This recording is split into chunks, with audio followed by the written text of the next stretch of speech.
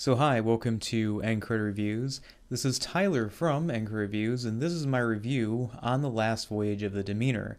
This is the other Dracula movie released by Universal this year, and they couldn't be more opposite even if they tried, because unlike Renfield, that's a comedy that takes place in New Orleans and is also a contemporary movie, The Last Voyage of the Demeter is a period piece movie taking place on a ship, and it's a horror movie. Now, the movie itself does have a fascinating history.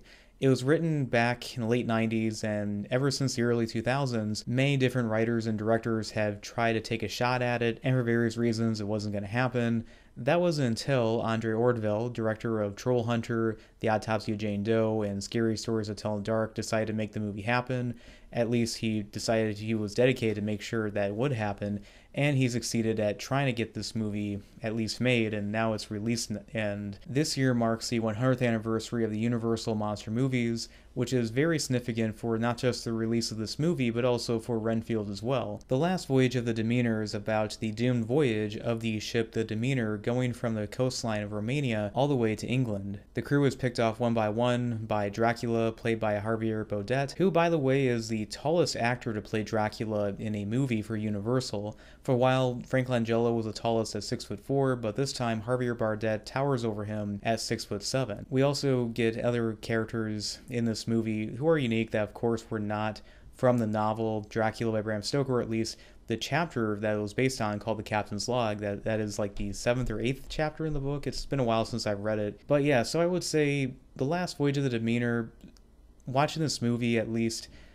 my first impression of coming out of it is that it is better than Renfield because it's more of a focused movie. And I felt watching it, I just liked how it really started off and getting to know these characters and the journey through. However, as the movie kept going on and progressing, it just kind of became cliched and just kind of disappointing at the same time, which I'll get into kind of spoilers later on. But so the things I liked about it, I liked the acting from the main cast in general, especially that of Damien Dashmelian. I'm sorry if I mispronounce his name, but he played the second mate to the movie. He was really good, especially with his accent being very consistent.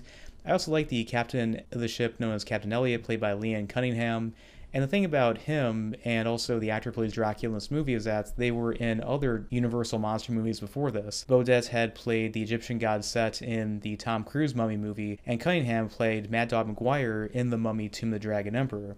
And speaking of Bodet, now the thing is, what's really impressive about this is the fact that he's in costume makeup most of the time in terms of him being Dracula on screen. When it came to like the wings, that was CGI, but I really appreciate that they were trying to go other way to try to make this Dracula as real as possible, at least when it came to special makeup, and try to rely little on CGI as much as possible. However, this is one of those movies that I really wish it would have gotten made either in the 2000s or kind of the 2010s, because I felt like there were some cliches that are contemporary, which is ironic because the movie is a period piece taking place in the 1890s, but there are some cliches that feel very 2020s, if you know what I mean, so I'm just going to elaborate here. So the fact that we have the character of Anna, played by Aisling Franceschi. Again, I sorry to butcher her name. I'm not good at names. Everyone who's been watching this channel for a long time knows that I'm not good at pronouncing people's names. If it's kind of more like harder to pronounce, not like common ones like, oh, let's say Chuck Richardson or whatever. That's just a random name just pulled out of thin air, just as an example. But the thing is, this character is a stowaway in the ship, and she's basically a snack for Dracula to feed on during his journey over to his destination. However, the problem is that she automatically knows how to use a gun without any kind of established knowledge of that, and you may be saying, oh, she probably learned from her village in that, even though it was established that her village was very afraid and subservient to Dracula. So if she knew how to operate a gun and use it, then how come her and her other villagers people couldn't get together and try to overthrow Dracula? There's also another plot hole in this movie that's pretty big. I'll get into spoilers. I just remembered it, but I'll get into the spoiler section pretty soon. And the other cliched as well is that the Corey Hawkins character plays Clemens. He's a doctor, and I looked into this, and yeah, there were black people who did graduate from Cambridge University during the late 1800s, so that was accurate. I mean, it was rare at the time, but those people existed.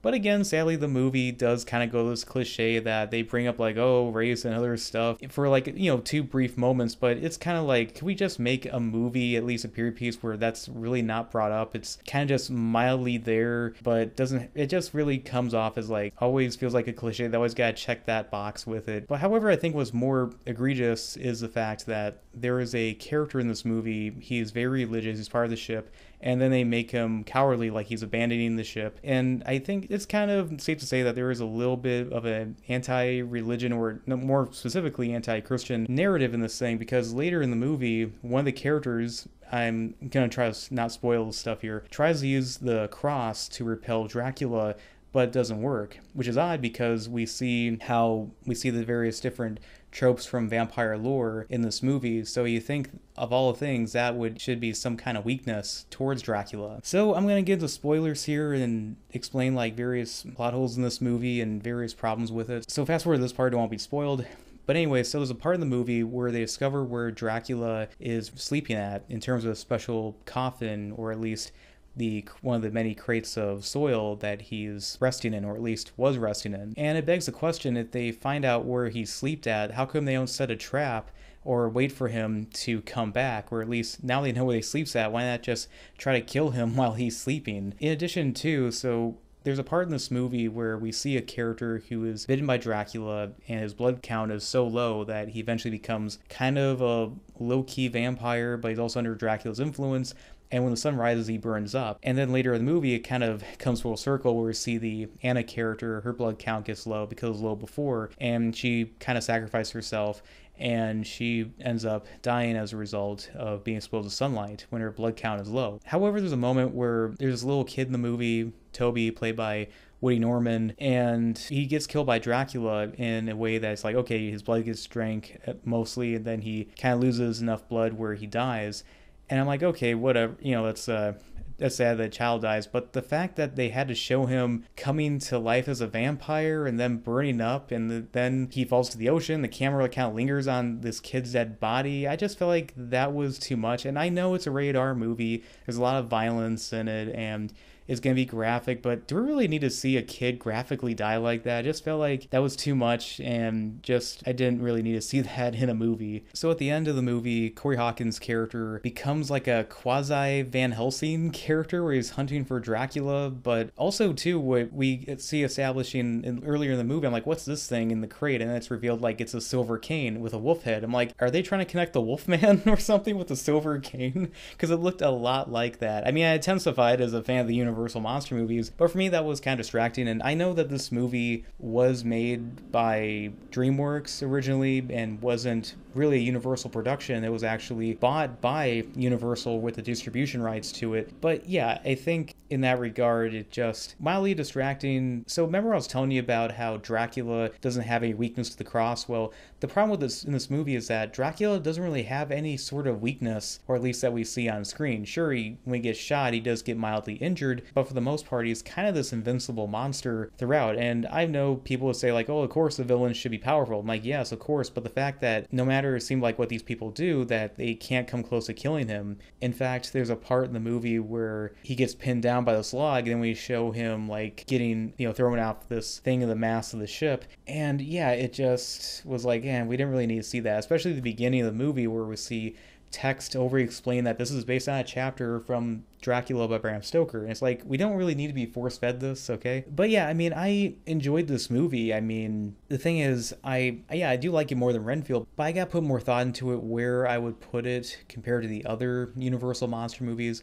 I will say this, I do stand by that I think Dracula Untold was a better movie. It just was a little bit more focused. It wasn't as cliched as this, or especially Renfield. But yeah, I think The Last Voyage of the Demeter as a movie is fine as it is. Like, I enjoyed the horror aspects of it. I do think it is better than Renfield. But yeah, there's other Universal monster movies that have been made in the past 10 years that are definitely better, especially even the Invisible Man movie from 2020 from 3 years ago was definitely better than this. So as for The Last Voyage of the Demeter, I would give it about 2.5 to 3 stars out of 4. So anyway, this is Tyler from Anchor Reviews, and I hope you enjoyed this episode after the credits on Anchor Reviews, and I hope to make a lot more in the future. Please like and subscribe.